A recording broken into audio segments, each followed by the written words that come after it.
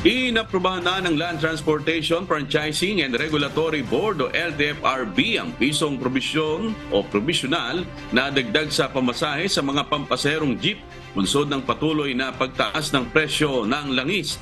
Layo ng hakbang na matulungan din ang mga jeepney driver at operator na makabawi sa malaking gasto sa pagkakarga ng krudo. Pakinggan po natin ang pahayag ni LTFRB Chairman Attorney Chopilo Guadis III. Because there were already 11 gasoline price increase. Itong binigay lang ho namin is, in my words, pangtawid lang po muna ito. Habang nililitis po namin yung kanilang kahilingan, which will be a different case.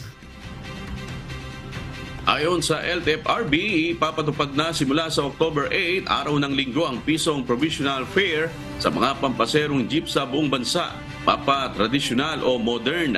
Ang dating 12 pesos na minimum fare sa mga tradisyonal na jeep ay magiging 13 pesos na.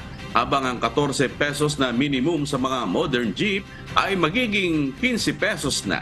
Pakinggan naman po natin ang pahayag ng ilan sa fare hike petitioner at commuter welfare advocate group ukol sa dagdag pasahe.